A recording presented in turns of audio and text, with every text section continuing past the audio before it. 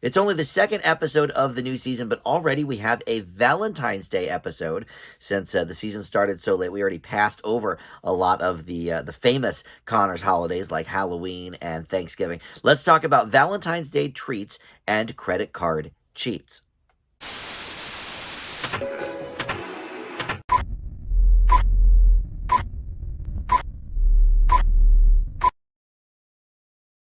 Hey guys, Dan here. This is Dan Reviews It. Welcome to my Connors review for episode 2 of season 6.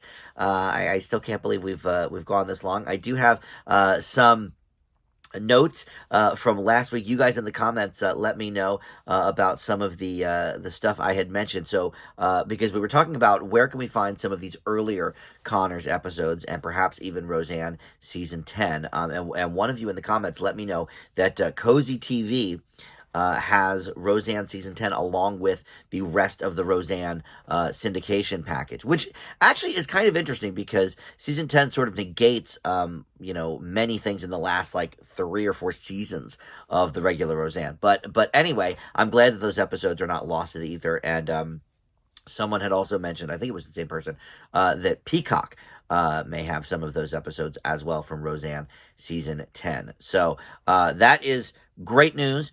And we will see the Connors syndication package in the fall of this year, 2024. So if you're looking for old Connors episodes, you'll be able to find those there. But all right, so before we get started with this particular episode, let me welcome you into Dan Reviews It. Thank you for finding this video. We do the Connors wrap-ups every single week that there is a new episode. We've been doing this for years and years, since Roseanne season 10, actually. So there's, I don't know, probably more than 100 Roseanne and the Connors themed videos on my channel. But you can check out the latest episodes in a playlist on the homepage, because that is a little bit easier. But I do have playlists for the previous seasons as well. If you click on playlists, you can find those. But please consider subscribing. I do a lot more than just the Connors videos here. We do movie reviews, TV reviews, and all of that sort of stuff. So please consider subscribing, but comment below because I love interacting with the Connors fans. So, all right, let's talk about this particular episode. So this was the first episode filmed for this season, which makes sense for 2 reasons. Number one, because it is a holiday-themed episode. I have to imagine that the producers probably were unsure when exactly the new season would air with all the strikes and everything pushing things back, because CBS, for example, just started airing their new episodes this week. So I guess, to sort of say, okay, well, we can move this Valentine's episode sort of wherever it needs to be. There's nothing, specifically tying it to any other plot lines, really. So that's kind of nice. But it ended up airing right on Valentine's Day. Now that it's on Wednesdays, Valentine's Day was on a Wednesday this year, so it aired right on the day. But I think also this could have been the first one in the pipeline because it features Estelle Parsons as Grandma Bev, and she is in her 90s, much like the character. So it may have been to, work with her schedule a little bit as well. She doesn't really show up very much these days. She had a little bit of a run for a few episodes on Grace and Frankie years ago on Netflix. And she pops up typically once a season, with the Connors. But there was one season, I think it was season 4, where we only saw her in a video call with Mark. And that was the only time we saw her the whole season, if I'm remembering that correctly. So I was a little worried, like, okay, maybe her health isn't good enough for her to keep participating. But, so far she's shown up in at least one episode every season. So hopefully we get more of Grandma Bev. But the plot line with her was about the credit card cheats. So essentially, we've got these weirdo purchases Jackie notices because ever since Grandma Bev's dementia diagnosis, it is revealed that Jackie has sort of taken over the finances, which I don't know. In what kind of world would she even let Jackie take over the finances? It seems like she would let Dan take them over. And, well, we'll get to the stuff with her and Dan in a moment. But there's like 2 dogs, there's a timeshare, there's all of these things that just seem completely bizarre. So Jackie decides to go over and sort of let her know, hey, look, we're gonna have to cut off your credit card for a couple of days. We'll get you a new card, et cetera, et cetera. Somebody stole your identity, whatever. So then it's revealed that no, she actually bought these things. She's lonely, and she decided she wanted these things in her life. So then we get to a whole thing of like, okay, well, do we let this person with dementia, who certainly has good days and bad days, but maybe doesn't know what she's doing? Should we even let her have access kind of to her credit cards? And then Darlene mentions that, when Roseanne had passed and she was in charge of those finances, she called the credit card companies and they said, hey, we'll wipe out the debt. And that way, you don't have to worry about it. Now, does this really happen? I don't know. I've certainly heard over the years. Both of my parents are still with us, and I guess I've heard through the years that no, that debt gets sort of passed down through the generations. But I don't know. So maybe that's realistic. Let me know in the comments. Did that plot line ring true? In your experience. But in any event, she mentions this, and then Jackie and her sort of get this idea, and Harris is there as well, that, well, maybe we could, buy some of the things we need off of Bev's credit card, and then, when she eventually passes in the next few years here, we won't have to worry about it. Okay, so Mark, who is not featured in this episode, but there's a little plot line with him because he needs a computer. So that's sort of Darlene's first thought is, oh, we could get him a computer that he needs. Harris wants a phone with unlimited data, and Jackie wants an upgrade for the restaurant. Okay, now to me, well, I guess we'll get to the review part later, but this seemed very ghoulish to me. I did not love this plot line. But anyway, so in sort of the midst of all this, though, they realize that Bev really should not have these things. She should not be able to, have these two dogs that are going to live a very long time and outlive her, because that's not fair to the dogs and all of this. And so they task themselves with sort of coming up with a plan of attack of, okay, this person, you do this. And there was a little bit of a funny moment with Ben, having to call this, I guess it's a cult, they don't really say that, but clearly that's where they're going with it. And so that's, a minor laugh plot there. But Dan ends up going to get the dogs, and him and Bev have this really nice moment where, she says, look, when you first married Roseanne, I was, skeptical, but you've turned out to be, the greatest guy. You've kept this family together, and you've, gave my daughter the best years of her life, and this and that and the other. I thought that was, I don't know, a little bit weird. I know Dan and Bev have had their, disagreements over the years, but especially in those last few seasons, I don't know that Dan and Bev ever really, hated each other. Did you get the sense, let me know in the comments, did you get the sense that Bev, hated Dan? Maybe in the early years, but I don't know. I felt like this sort of, I know every episode of The Conners has to have a big emotional scene, and usually I love them, but this one, I don't know, it seemed a little bit fake or forced to me, because I did not get that sense, that she just hated everything about Dan and this and that. I don't know. Maybe I'm misremembering things from how it was, but I remember okay, maybe they weren't best friends, but I think she always knew that Dan was a great provider for the family and all of that, at least in those later years. Maybe not in the early years of Roseanne. Jackie was always sort of the fall guy, for Beverly. But I don't know. That just rang a little weird to me. There was, a funny moment where we learned that she sees Darlene in her dementia as Davy Jones from the Monkees. So there were a couple of jokes throughout the episode about that. But Dan ends up, taking the dogs, and she's actually relieved because it turns out there's a cockatoo coming that she ordered. So she was unsure if they would get along. So that kind of wraps that plot up. And then Valentine's Day treats, that's a pretty easy one. So we have the return of Sean Astin. We've seen him a few times so far as Tyler. And at the beginning of the episode, they're all, kind of at a poker game, all the adults, the classic Connors poker game. And as an aside, I don't know what was going on with the continuity of this episode. Sometimes they'll like reshoot scenes and stuff. The cards on the table made no sense. At one point, they were like half flipped up. At one point, he was just shuffling them, and then in the very next line, there's a bunch of cards laying on the table, all face up, and then the next one he's still dealing. Like it was very, very odd. On the continuity, and that's not something I normally notice either. But it was so noticeable. I missed what people were saying because I was like, man, that's terrible continuity. And so I had to kind of back it up.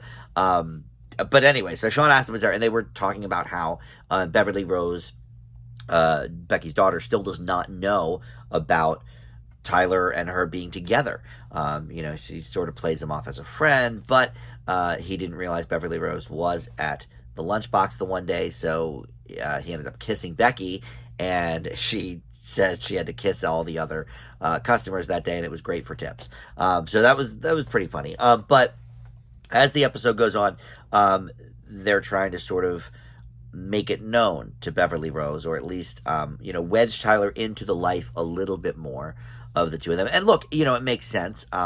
Obviously, a kid that young does not want a quote unquote new father, or any of those ideas, a new guy in mom's life. We haven't seen Emilio in years, so I think he's done here. But obviously his family is still taking her, I think, part of the week or something.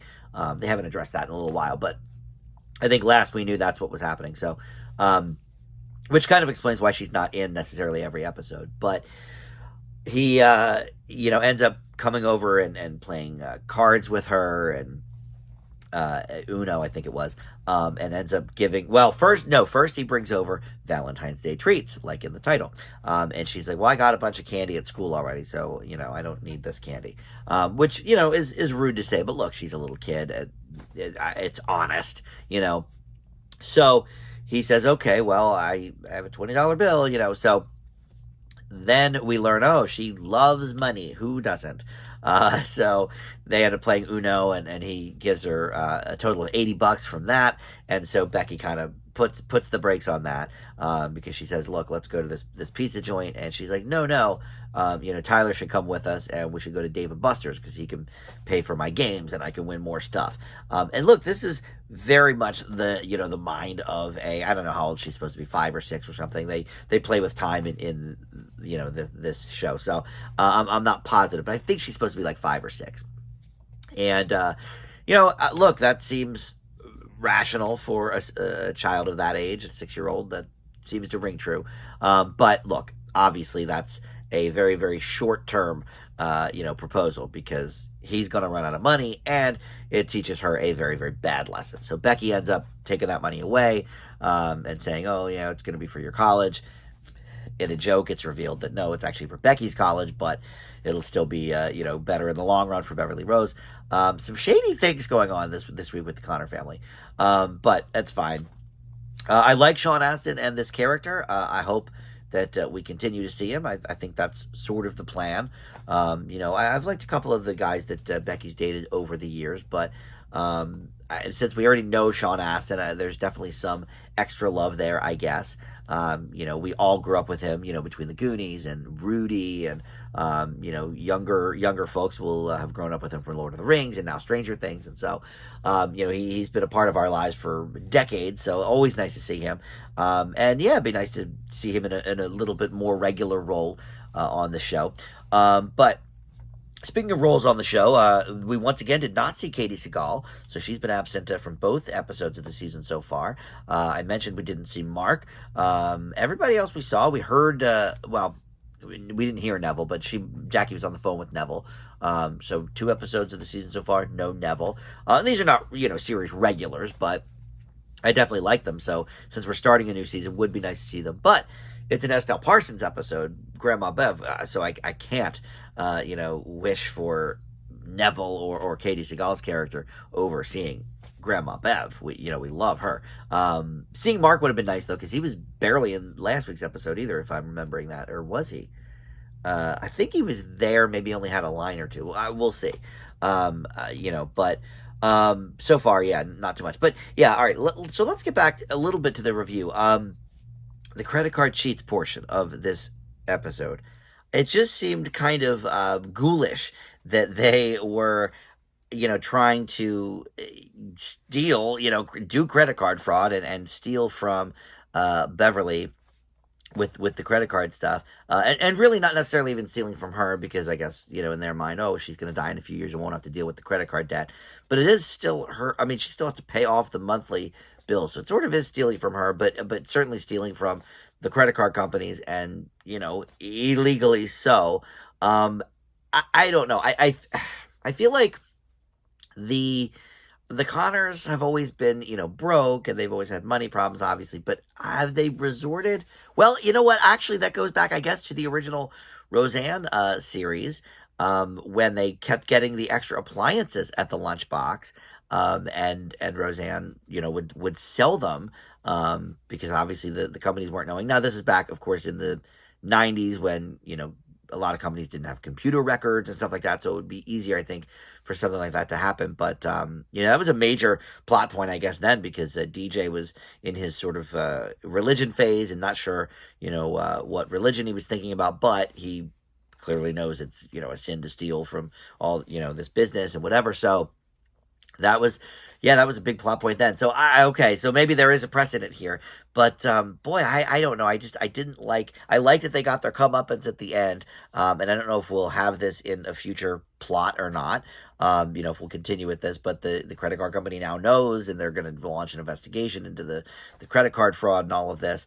I mean, listen, I've been credit card frauded. I don't think the people ever get caught. To be honest, somebody opened a card in my name, and it was a disaster. But anyway, okay. We don't need to go there. But so I don't think people generally ever get caught. But if they learn that Jackie actually has the rights to that credit card, maybe it's not credit card fraud if Beverly had actually passed over the rights to that card to Jackie. They called Beverly. She said, no, I don't know anything about these purchases, but I mean, certainly that could be played off as, oh, she was having a bad day with her dementia, didn't know what she was saying, whatever. But again, it's all kind of ghoulish, right? It's all kind of not great, not a great look for the characters. So I don't know. I really did not love that subplot. And again, the emotional scene with Dan and Beverly seemed a little bit forced to me in that. The stuff with Sean Astin and Becky, that was fine. I found that to be pretty realistic, fairly, relatable. And I want to see more of him, so I like that they're really working towards that. But yeah, the credit card stuff, that whole plot left me a bit cold. I do have one other thing to say about this episode. It doesn't have to do with the episode itself, though, because your mileage will vary depending on where you watched it or how you watched it. But I watched this on Hulu, and there's a new series of commercials that Lay's is doing to kind of tout all their different flavors. And they're like little 10 to 15 second spots, but they made like 10 of them or something. I watched all of them last week on YouTube, but I never thought they would be employed in this way. But almost every commercial break had a couple of these Lay's spots with showcasing different flavors. But it's Ned Ryerson from Groundhog Day, because they're basically in a loop, and it's the gal at the cash register is the one that plays Artemis on Always Sunny in Philadelphia. I don't remember her name. I don't remember his name either. He's been in so many things. He was in Glee, and he's done a million things, one day at a time. But anyway, the connection is the Ned Ryerson character from Groundhog Day, and they're really funny spots. They're really cute. And it makes me want potato chips. So effective. But I just thought that was cool. I don't know if ABC ran those or if that was just on Hulu, or if you watch it on Hulu, you may get different ads. I don't know if they target the ads differently to different people, but in any event, check those out. I think they're pretty funny. But all right, so getting back to this episode, I'm going to give it a grade here in a second. This was directed by Jody Margolin Hahn. Yet again, she's directed many episodes, and already both of this season's episodes. And the writing credit here goes to Shelley Dennis, but of course we know there's a whole writers' room with many people. But for the Writers Guild of America rules, usually they put one person as sort of the head writer on the episode for the credit, and that was Shelley Dennis for this one. Not one of my favorites of the Connors, I will say, because of all those things I mentioned with that credit card subplot. I leave this one with a C+. All right, so we're going to be back next week with another Connors episode. Because of that strike pushing everything back, I think we're going to get a lot of episodes in a row here, which is great. At least the next 2 weeks, we have new episodes. So next week's going to be called Moms and Rats. Don't know about that. Usually they do some kind of a rhyme for their title. So we'll see what that's about. I assume the mom is, if there's a rat involved, it's probably a little kid. So that's probably Beverly Rose. We'll see. And that will happen next week. So thank you so much for watching, and we'll see you next week. Bye.